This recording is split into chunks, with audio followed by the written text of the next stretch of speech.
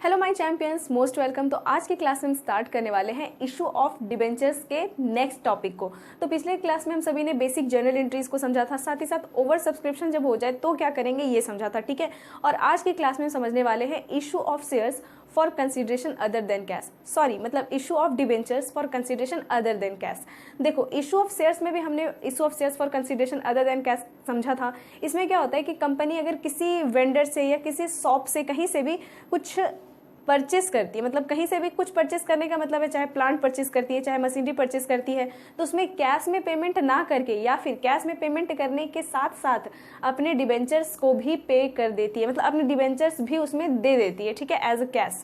लेकिन उसके बदले में उन्हें कैश नहीं मिल रहा। जैसे कि पब्लिक को अगर कोई भी कंपनी अपने शेयर या डिबेंचर्स इशू करती है तो क्या होता है, जनरली पब्लिक से उन्हें कैश मिलता है और उस कैश का यूज वो अपने कैपिटल में करते हैं, राइट ना। लेकिन इशू ऑफ डिबेंचर्स या shares consideration other than cash का मतलब है कि इसमें आप शेयर या डिबेंचर इशू तो कर रहे हो, लेकिन इसमें आपको कैश नहीं मिल रहा है अदर देन कैश, मतलब कैश के अलावा कुछ मिल रहा है, ठीक है। तो जल्दी से हेडिंग डालते हैं और इसके बाकी के कॉन्सेप्ट को समझते हैं। तो हेडिंग डाल लो हमारे साथ साथ, this is issue of debentures for consideration other than cash, okay. तो ये हमारा आज का टॉपिक है। चलो, issue of shares, issue of debentures for consideration other than cash. तो देखो, इसमें हमें क्या समझना है। तो इसमें बेसिक जो बातें हैं वो मैंने आपको बता दिया कि कंपनी जो है वो किसी वेंडर से या किसी बिजनेस से कुछ भी एसेट्स परचेस करती है, ठीक है।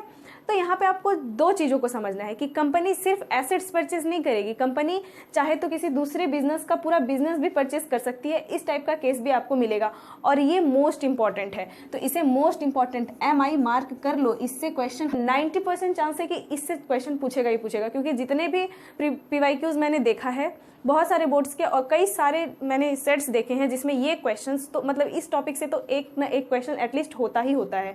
तो ये टॉपिक को बहुत इंपॉर्टेंट है, इसे लाइटली में नहीं लेना है। तो सबसे पहली बात कि जब भी कोई कंपनी, मतलब कोई भी कंपनी कुछ भी परचेस करती है, ठीक है, तो वो परचेस करने के साथ साथ क्या परचेस कर सकती है, तो वो परचेस करेगी कोई भी एसेट्स, ठीक है, एसेट्स, या फिर वो परचेस करेगी किसी भी दूसरे बिजनेस का पूरा बिजनेस, ठीक है। तो पूरा बिजनेस, ठीक है, मतलब ये बिजनेस में, मतलब कि X लिमिटेड कोई कंपनी है, ठीक है, और Y लिमिटेड कोई दूसरी कंपनी है, ठीक है, Y लिमिटेड। तो ये X लिमिटेड जो है वो Y लिमिटेड को पूरा का पूरा खरीद लेती है। तो इस टाइप का हम इसमें पढ़ेंगे। और इसमें क्या पढ़ेंगे कि X लिमिटेड जो कंपनी है, X लिमिटेड, ठीक है, ये Y लिमिटेड से मशीनरी खरीदती है, Y लिमिटेड से, ठीक है। ये मैं एग्जांपल बता रही हूँ, ये हम एसेट्स परचेस में करेंगे, ठीक है। तो दोनों में एंट्री थोड़ा बहुत चेंज होता है, बाकी का सिमिलर है। तो ये दोनों का हमें समझना है बीच। तो सबसे पहली बात कि जब हम शेयर्स पढ़ रहे थे तो उस टाइम पे भी हमने ये वाले केस को पढ़ा था, issue of shares for consideration other than cash वाले में। तो उसमें भी हमने पढ़ा था कि सबसे पहला एंट्री जो होता है कंपनी के बुक में वो होता है एसेट्स परचेस करने का एंट्री, ठीक है। तो पहले इधर जब कोई कंपनी कोई दूसरे बिजनेस से कोई एसेट्स परचेस करती है, लेकिन उसमें कैश ना दे करके कंपनी डिबेंचर्स देती है और उस डिबेंचर्स के बदले में इसे क्या मिल रहा है, एसेट्स मिल रहा है कंपनी को, ठीक है। तो सबसे पहला है एसेट्स परचेस करने का एंट्री, ठीक है। तो मैं भी ये मिटा रही हूँ, ये मैंने समझाने के लिए लिखा था। सबसे पहला है व्हेन एसेट्स परचेस्ड।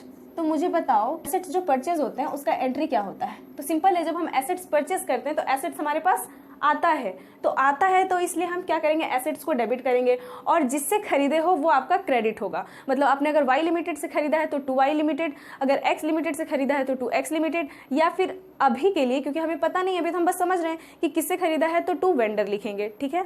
तो यहाँ पे सिंपल एंट्री कर लो, assets account debit to vendor.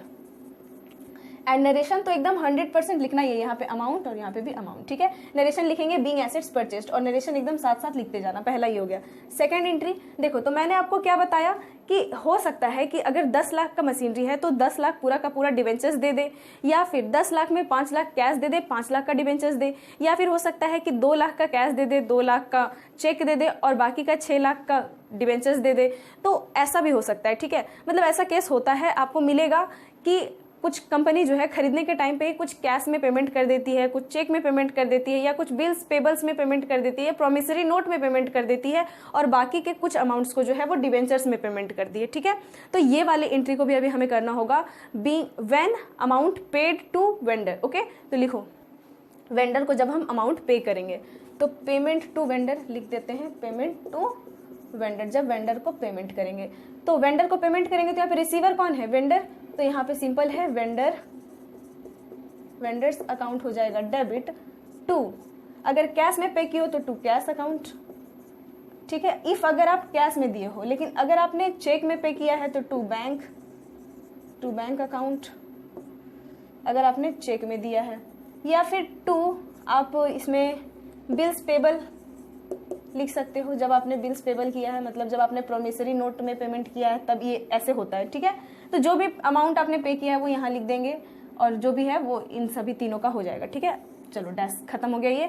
Third आपका आता है कि जब आप इशू करते हो, इशू ऑफ डिबेंचर्स, आप डिबेंचर्स में अब इशू कर रहे हो, तो यहाँ पे आप देखोगे तो आपके मन में ख्याल आएगा कि जब हम शेयर्स में पढ़ रहे थे तो उसमें हमने पढ़ा था कि जब भी कोई कंपनी अपने डिबेंचर्स को इशू करती है किसी दूसरे वेंडर को for consideration other than cash के लिए, तो कंपनी पार पे भी इशू कर सकती है, प्रीमियम पे भी इशू कर सकती है, और डिस्काउंट पे भी इशू कर सकती है। तो एग्जैक्टली यहाँ पे भी कंपनी चाहे तो या तो पार में करे, या तो प्रीमियम में करे, या तो डिस्काउंट में करे, उससे कोई रोक टोक नहीं है। ठीक है, तो तीनों का एंट्री हमें समझना होगा, at par, at premium, at discount, तीनों। ठीक है, तो चलो करते हैं। यहाँ पे मैं 3 ऐसे लाइन ड्रॉ कर दूं, चलो यहाँ पे आपको समझ में आ जाएगा। जब पार पे होता है तो यहाँ पे लिखते हैं एट पार, यहाँ पे एट प्रीमियम, और यहाँ पे एट डिस्काउंट। तो सबसे पहले बताओ कि पेमेंट करना, मतलब पेमेंट, ये जो डिबेंचर्स है वो देना किसको है, किसको दे रहे हैं, तो दे रहे हैं किसे, वेंडर को ना, तो वेंडर यहाँ पे डेबिट होगा, तो वेंडर यहाँ पे डेबिट होगा, तो यहाँ पे लिखेंगे वेंडर डेबिट। ठीक है, 2 में पार पे है तो कोई प्रॉब्लम नहीं है, 2% डिबेंचर है तो 2% डिबेंचर्स अकाउंट। और मैंने आपको एक बात बताया था शेयर्स के टाइम पे कि डिबेंचर्स का आपको ये पता नहीं होगा, डिबेंचर्स हो या शेयर, आपको ये पता नहीं होगा कि कितना डिबेंचर्स या शेयर इशू हुआ है। तो इसके लिए आपको नंबर ऑफ डिबेंचर्स और नंबर ऑफ शेयर्स जो है वो कैलकुलेट करके निकालना पड़ेगा, क्योंकि मान लो 10 लाख है, 10 लाख में 5 लाख अगर दे दिए तो 5 ही लाख बचा ना। 5 लाख का आपको बस इतना पता होगा कि कितना रेट का डिबेंचर है, मतलब 10 रुपए का डिबेंचर है कि 100 रुपए का डिबेंचर है कि 200 रुपए का डिबेंचर है। इतना पता होने के बाद आपको क्या करना होगा कि अपने से निकालना होगा कि कितना डिबेंचर्स जो है वो आपने इशू किया है। तो ये निकालने के लिए आपको यहाँ पे कैलकुलेशन करना होगा। कैलकुलेशन बहुत इजी है, सिंपल है। यहाँ पे लिख देंगे number of debentures, number of debentures ये आप वर्किंग नोट में निकालोगे, इज इक्वल टू जो भी अमाउंट देना है payable amount divided by rate. बस जिस रेट पे इशू किया गया वो पार है तो पार वाला रेट 10 रुपया, प्रीमियम है तो आगे बताएंगे क्या होगा। चलो ये एट पार समझ में आया। प्रीमियम वाले टाइम में क्या करेंगे, तो सिंपल है, फिर से यहाँ पे वेंडर को हम डेबिट करेंगे, मतलब वेंडर्स अकाउंट। अगर एपोस्ट्रॉफी एस लगा रहे हो तो ही अकाउंट लगाना, एपोस्ट्रॉफी एस नहीं लगा रहे हो तो अकाउंट मत लगाना, ठीक है, क्योंकि वेंडर पर्सनल अकाउंट होता है। तो 10% डिबेंचर्स हो गया 2% डिबेंचर अकाउंट, ठीक है, और 2 क्या, क्योंकि प्रीमियम पे इशू कर रहे हैं तो सिक्योरिटीज प्रीमियम तो होगा ना, तो यहाँ पे सिक्योरिटीज प्रीमियम, ठीक है। और इसमें भी हमें नंबर ऑफ डिबेंचर्स निकालने होंगे, तो नंबर ऑफ डिबेंचर्स होंगे पेबल अमाउंट, जो भी अमाउंट पे करना होगा, पेबल अमाउंट डिवाइडेड बाय जो भी एक्चुअल रेट है फेस वैल्यू प्लस प्रीमियम का रेट प्लस प्रीमियम, ये आपको कैलकुलेट करना पड़ेगा। फिर डिस्काउंट की बात करें तो यहाँ पे आपका हो जाएगा vendor account debit 2% debenture account, और यहाँ पे क्योंकि डिस्काउंट पे इशू कर रहे हैं ना, तो यहाँ पे होगा discount on issue of debenture लिखेंगे, ठीक है, लिखेंगे discount on issue of debenture debit, ठीक है। और इसमें भी आपको कैलकुलेशन करना होगा, तो payable amount by rate minus discount, ठीक है। तो इस तरीके से आपको एंट्री करना होता है जब भी कोई एसेट्स हम परचेस करते हैं किसी भी वेंडर से और उसे कैश ना दे करके डिबेंचर्स देते हैं, तब, ठीक है। और अब आते हैं बिजनेस में, मतलब जब कोई कंपनी पूरा का पूरा एक एसेट्स नहीं खरीद रही है, पूरा का पूरा बिजनेस ही खरीद रही है। तो जब कोई कंपनी किसी दूसरे बिजनेस का पूरा बिजनेस ही खरीद रही है तो उसके पास क्या आएगा, जो बिजनेस में जितने भी एसेट्स हैं, जितने भी लायबिलिटीज है, वो सारे आ जाएंगे। तो एग्जैक्टली यहाँ पे भी जितने एसेट्स हैं, जितने लायबिलिटीज हैं, सारे आ जाएंगे। तो जब एसेट्स आता है तो हम उस एसेट्स को डेबिट करते हैं। मैं अभी इसे इरेज कर रही हूँ, ठीक है, बस बिजनेस लिखा हुआ रहेगा। देखो, तो जो आ रहा है उसे हम लोग लिखेंगे सबसे पहले। तो सबसे पहला जो एंट्री होगा इसमें ये लिख दो, बिजनेस परचेस्ड, ठीक है। यहाँ पे बिजनेस को परचेस किया गया है, पूरा बिजनेस ही परचेस हो गया। तो सबसे पहले आपके पास आएगा एसेट्स, तो एसेट्स अकाउंट लिखेंगे डेबिट टू लायबिलिटीज, किसी भी बिजनेस में जो भी लायबिलिटीज है अकाउंट। और टू, जैसे कि मान लो कि एक्स लिमिटेड जो है वो वाई लिमिटेड से उसका पूरा बिजनेस खरीद रहा है, कितने में, तो पूरा बिजनेस का तो वैल्यू होगा ना कुछ, तो पूरा बिजनेस ऐसे फ्री में तो नहीं दे देगा कि इसमें एसेट्स भी है, लायबिलिटीज भी है, तो तुम सारे ले जाओ। नहीं, उसका एक वैल्यू होगा कि मान लो कि 10 लाख में बेच रहा है या 20 लाख में बेच रहा है, तो यहाँ पे जो अमाउंट है वो भी आपको लिखना होता है, उसे हम बोलते हैं परचेस कंसिडरेशन। ओके, तो यहाँ पे assets account debit to liabilities account और to purchase consideration. Purchase consideration में जो टोटल वैल्यू रखा गया है पूरे बिजनेस का, जितना में खरीद बिक्री हो रहा है वो, ठीक है। अब आपको क्या होता है ना कि आपने एसेट्स दिया, लायबिलिटीज दिया और परचेस कंसिडरेशन, मतलब एसेट्स को डेबिट कर दिया, लायबिलिटीज और परचेस कंसिडरेशन को क्रेडिट कर दिया। लेकिन होता क्या है कि बिजनेसेस में कि हो सकता है कि परचेस मतलब एसेट्स जो है, नेट एसेट्स जो है वो 10 लाख का निकला, लेकिन परचेस कंसिडरेशन 12 लाख रखा गया है। तो 2 लाख एक्स्ट्रा किस चीज का है, 2 लाख एक्स्ट्रा जो खरीदने वाला है वो 2 लाख एक्स्ट्रा किस चीज का पे करेगा, तो जो बिजनेस है, जो बिक रहा है, जो बिजनेस मतलब जो वेंडर है या जो बिजनेस बिक रहा है वो बोलेगा कि मेरा नाम का, मेरा गुडविल का भी तो वैल्यू है, कि मेरा पहले से बना बनाया नेम है, गुडविल है, मार्केट में इतना फेम है, तो वो कहाँ जाएगा। तो अगर ज़्यादा पेमेंट कर रहे हैं तो इसका मतलब है कि जो एक्स्ट्रा अमाउंट जा रहा है वो गुडविल है उस बिजनेस का, ठीक है। तो अगर एसेट्स, नेट एसेट्स और लायबिलिटीज को घटा के 10 लाख आता है और दे रहे हैं 12 लाख, मतलब 2 लाख जो एक्स्ट्रा दे रहे हैं वो आपका गुडविल है, उसे हम लोग डेबिट में लिखते हैं यहाँ ऐसे, गुडविल अकाउंट डेबिट, ठीक है। वही उल्टा भी हो सकता है, ऐसा हो सकता है कि जो नेट एसेट्स और लायबिलिटीज है, मतलब नेट एसेट्स जो है वो 9 लाख का है और बिजनेस परचेज कंसिडरेशन 8 लाख का है, मतलब 1 लाख कम में ही ये बिक जा रहा है।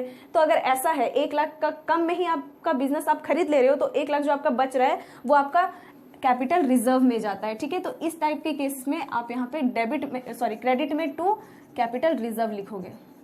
मतलब सिंपल है कि जब बिजनेस को ज्यादा पे करना पड़ रहा है, मतलब एसेट्स और लायबिलिटीज को घटा दो और ज्यादा पैसा देना पड़ रहा है परचेज कंसिडरेशन में, तो जो ज्यादा जितना अमाउंट है वो गुडविल है, और अगर कम देना पड़ रहा है तो जो कम अमाउंट है जो बच रहा है वो आपका कैपिटल रिजर्व हो जाएगा, ठीक है। तो बस इतना ही है इसमें, ठीक है। आई बात समझ में। कहीं कहीं पे ना परचेज कंसिडरेशन के प्लेस पे आपको वेंडर भी लिखा हुआ मिलेगा, या कई लोग वेंडर भी बताएंगे, तो कोई दिक्कत की बात नहीं है, आप वो भी लिख सकते हो, ठीक है। तो ये है इसका एंट्री। आप नरेशन लिख दोगे, जो भी नरेशन लिख दोगे, being X limited purchase Y limited, या being X limited purchase business of Y limited, आप ये लिख सकते हो। और साथ ही साथ ये हो गया बिजनेस परचेज करने का। अब कुछ पेमेंट किए हैं तो पेमेंट का एंट्री ये बिल्कुल ये वाला यहाँ पे सेम हो जाएगा। और फिर डिबेंचर्स इशू किए हैं तो ये जो तीनों एंट्री है, पार, प्रीमियम और डिस्काउंट, ये तीनों भी यहाँ पे सेम हो जाएगा। ओके, अब देखो परचेस कंसिडरेशन का कई बार आपको पूछ लेगा कि एसेट्स जो है वो 10 लाख का है और परचेस कंसिडरेशन 12 लाख का हुआ है, लायबिलिटीज 8 लाख है। तो अब आपको बताना है कि जो अमाउंट है वो गुडविल है कि कैपिटल रिजर्व है। तो इस टाइप का जो क्वेश्चन है ना, इसको थोड़ा सा ध्यान से देखना पड़ेगा आपको, देख लेना करके, उसके बाद अपना फाइनल आंसर लिखना, ठीक है। तो ये है इसका बेसिक्स, और बस हो गया, इसमें इतना ही बेसिक है। चलो कुछ 1-2 क्वेश्चंस को सॉल्व कर लेते हैं। वैसे तो कई सेट्स में तो कई सारे क्वेश्चंस हैं इस टॉपिक से, तो एक क्वेश्चन को एटलीस्ट हम इसमें सॉल्व कर लेते हैं ताकि हमें बाद में कोई प्रॉब्लम ना हो, ठीक है। हाँ, तो क्वेश्चन है, बता रहे क्या है कि B limited purchased assets of book value of 4 lakh and to over liability of 50,000 from Mohan brothers. अब देखो बी लिमिटेड जो है वो मोहन ब्रदर्स से उसका पूरा बिजनेस खरीद लेता है, एसेट्स भी और पूरा लायबिलिटीज भी। अब इसमें बता रहा है कि एसेट्स जो है वो 4 लाख का है, तो देखो यही एंट्री है ना, हम एंट्री को इरेज नहीं करेंगे, इसी में एडजस्ट कर देते हैं। एसेट्स कितने का है, 4 लाख का, तो 4 लाख लिख देते हैं, चलो ठीक है। उसके बाद क्या लिखा है and to cover liability of 50,000 from Mohan brothers, और उसका लाइबिलिटी कितने का है 50,000 का, तो क्रेडिट में लाइबिलिटी है 50,000, लाइबिलिटी में लिख देते हैं। It was agreed that the purchase consideration settle at 3,80,000 rupees be paid by issuing issue of debentures of 100 each. लो अब इसमें बोल रहा है कि परचेज कंसिडरेशन जो है वो 3,80,000 रखा गया है। वेंडर को भी मिटा देती हूँ, ठीक है। परचेज कंसिडरेशन 3,80,000 रखा गया है और ये भी पेमेंट किया गया है 3,80,000 डिबेंचर्स में, ठीक है। और डिबेंचर्स का जो रेट है वो है 100 रुपये ईच। और नीचे क्या लिखा है, what journal entries will be made in the following 3 cases. अब ये 3 केसेस में जर्नल एंट्री क्या किए जाएंगे, if debentures are issued at par, at discount and at premium of 10%। It was agreed that any fractional debentures be paid in cash. अच्छा, 3,80,000 जो है वो आपको इसमें फिर डिबेंचर्स में पेमेंट करने हैं। चलो बहुत ही अच्छा क्वेश्चन आ गया। देखो सबसे पहली बात कि देखो एसेट्स में आपका 4 लाख है और क्रेडिट में देखो कितना आ रहा है। अगर इन दोनों को हम ऐड करें तो 3,80,000 में अगर हम 50 ऐड कर दें तो देखो क्या होता है, 4,30,000 हो रहा है। मतलब क्रेडिट में टोटल 4,30,000 हो रहा है और डेबिट में 4 लाख हो रहा है। मतलब टोटल नेट एसेट्स अगर देखें तो 3,50,000 का है। नेट एसेट्स कितने का है, 3,50,000 का, दोनों को माइनस कर दो तो 3,50,000 होता है। लेकिन पेमेंट कर रहे हैं 3,80,000, मतलब 30,000 ज्यादा पेमेंट कर रहे हैं। तो ज्यादा जो पेमेंट कर रहे हैं वो क्या होता है, गुडविल होता है। 30,000 उसका गुडविल का है तो गुडविल में यहाँ पे 30,000 लिख देंगे, बस कैपिटल रिजर्व यहाँ पे नहीं आएगा। चलो पहला एंट्री ये हो गया, ठीक है, पहला एंट्री हो गया। अब बोल रहा है कि जो 3,80,000 है उसमें पेमेंट कर देना है, किसमें, डिबेंचर्स में। तो डिबेंचर्स में पेमेंट करना है लेकिन प्रीमियम पे भी, पार पे भी और डिस्काउंट पे भी। तो ये पहला एंट्री हो गया। चलो यहीं पे करते हैं, ये हो गया। अब सबसे सेकंड का ए नंबर एट पार लिख दो, पार पे एंट्री किए तो किसे देना है, बी जो यहाँ पे है मोहन ब्रदर्स ना, तो मोहन ब्रदर्स को करेंगे debit, Mohan brothers debit to क्या है, डिबेंचर्स है ओनली, हाँ, तो to debentures account, to debentures account. कितना, तो देखो कितना देना है 3,80,000, तो 3,80,000 लिखेंगे डिवाइडेड बाई कितना है रेट, पहले पार पे कर रहे हैं ना तो 100 रुपए का है तो 100 रुपए से ही करेंगे तो 100 ऐसे ऐसे हम कट कर देंगे। ये आया आपका 3,800। मतलब टोटल 3,800 डिबेंचर्स इशू किए गए। नरेशन लिखेंगे being 3,800 debentures issued to Mohan brothers at the rate ₹100 each, ठीक है। चलो इतना लिख देंगे और 100 रुपये ईच सबका प्राइस है तो 3,80,000 तो हो ही जाएगा। हमेशा देखो जो वेंडर है जिसके सामने हम पेमेंट कर रहे हैं ना, मतलब जिसको पेमेंट कर रहे हैं ना, सॉरी यहाँ पे नीचे लिखा गया, आप यहाँ पे 3,80,000 लिखोगे, जिसको हम पेमेंट कर रहे हैं ना उसके सामने वही अमाउंट आएगा जितना अमाउंट उसको एक्चुअल देना है। तो 3,80,000 उसे देने थे, देखो तो 3,80,000 उसे दे दिए, ठीक है। तो ये आपका हो गया एट पार पे। अगर प्रीमियम की बात करें तो यहीं पे कर लेते हैं एट प्रीमियम।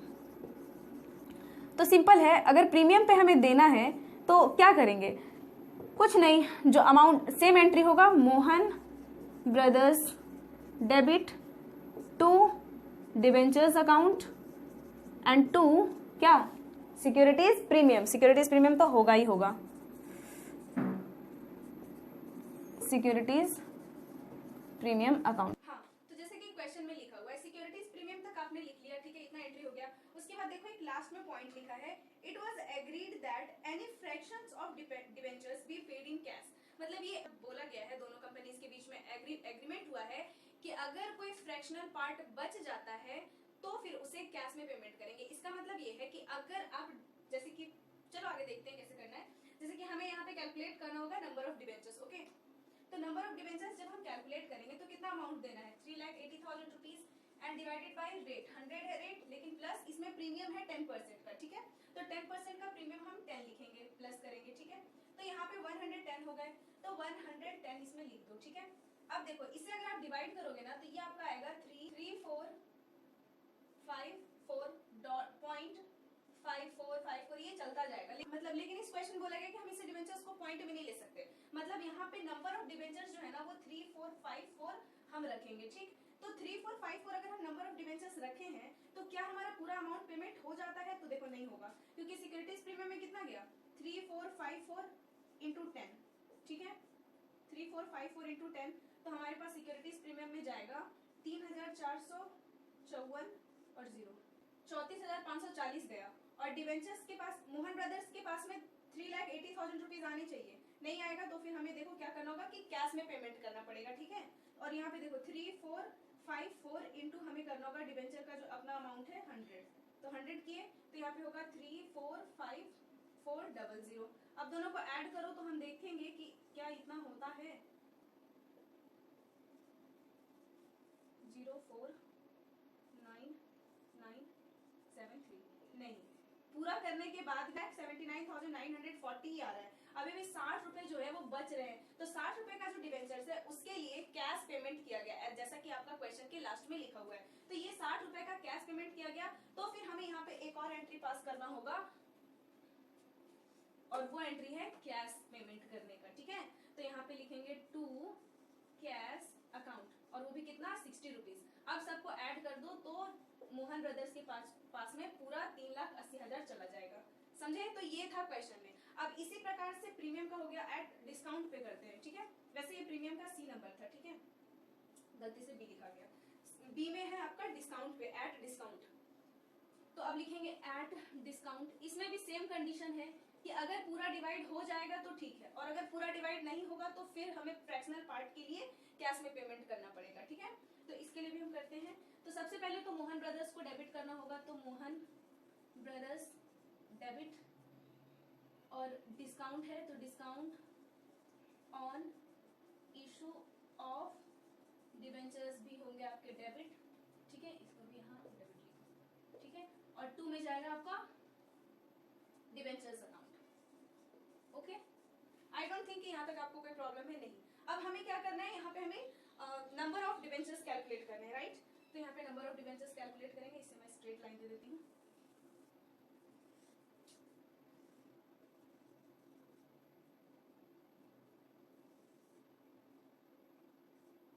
अब हमें क्या करना है, अब हमें कैलकुलेट करना होगा कि कितने डिवेंचर्स इशू किए गए, और अगर इसमें भी पूरा डिवाइड नहीं होता है, पॉइंट में आएगा, तो फिर जितना बच जाएगा उतना हमें कैश में पेमेंट करना होगा, ठीक है, एज हमारा क्वेश्चन में लिखा हुआ है। तो सबसे पहले आप इसको देखो क्या है, 3,80,000 रुपीज है, तो 3,80,000 रुपीज लिखेंगे बाई 90 क्यों, क्योंकि 10 रुपए जो है वो डिस्काउंट मिल गया था, ठीक है। तो 90 से डिवाइड कर दो, तो आप इसे डिवाइड करोगे तो देखोगे कि ये पूरा डिवाइड नहीं हो रहा है, ये जो आपका आएगा ना वो 4222.222 चलता जाएगा, लेकिन कभी भी हमें ऐसे पॉइंट में तो ला नहीं सकते डिवेंचर्स को, तो फिर हमें क्या करना होगा, कैश में पेमेंट करना पड़ेगा। लेकिन कितना कैश में पेमेंट करना पड़ेगा, तो अभी देखो क्या करना है।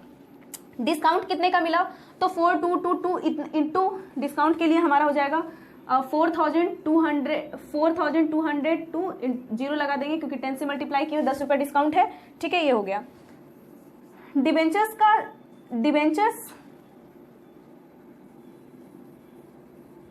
तो इनको जो है वो डिवेंचर्स मिला है, तो 2 डिवेंचर्स यहाँ लिखेंगे, ठीक है। तो 2 डिवेंचर्स है यहाँ पे। डिवेंचर्स कितने का, तो पूरा देखो ये आपका 4,222 इंटू 100 होगा, तो ये आपका होगा 4,22,200, ओके।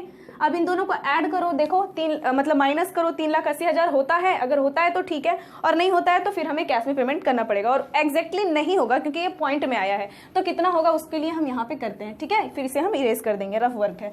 4,22,200, इसमें माइनस करना है 42,220, 3,79,980, मतलब 3,80,000 पूरा नहीं आ रहा है। तो 3,80,000 नहीं आ रहा है, मतलब इसमें 20 रुपये अभी भी कम है, तो 20 रुपया जो है वो हमें कैश में पेमेंट करना पड़ेगा। तो 2 कैश लिख देंगे और यहाँ पे 20 रुपये लिख देंगे। अब यहाँ पे टोटल आपका 3,80,000 होता है, ठीक है। तो इस तरीके से आपको इस क्वेश्चन में सॉल्यूशन करना था। आई जस्ट होप कि आपको ये समझ में आ गया। अब इसी क्वेश्चन में अगर होता कि मशीनरी परचेस किए हैं या फिर फर्नीचर परचेस किए, तो कुछ नहीं, बस ये वाला एंट्री चेंज होता है, इस प्लेस पे हम ये वाली एंट्री पास करते, और अगर कुछ पेमेंट किया होता तो ये वाली एंट्री पास करते। जैसे कि ये एंट्री हमने यहाँ पे किया है, मोहन ब्रदर्स को जो बच गया उसे कैश में पेमेंट किए, तो वही है वेंडर के प्लेस पे मोहन ब्रदर्स और 2 कैश यहाँ पे देखो लिखा है हमने। उसके बाद पार पे कैसे करेंगे तो ये एंट्री रहा, प्रीमियम पे कैसे करेंगे ये एंट्री रहा, डिस्काउंट पे कैसे करेंगे ये एंट्री रहा, ठीक है। तो इस तरीके से issue of share for consideration other than cash हमारा आज की क्लास में कंप्लीट होता है। और हाँ, बहुत सारे इंपॉर्टेंट क्वेश्चंस को भी हम कवर करेंगे, सो प्लीज क्लास में लास्ट तक बने रहना, ठीक है। तो आज के लिए इतना ही, मिलते हैं नेक्स्ट क्लास में, तब तक के लिए bye bye, have a good day, stay happy, stay healthy and yes, revision करते रहना। कोई डाउट हो तो कमेंट सेक्शन में पूछना। Okay, bye bye.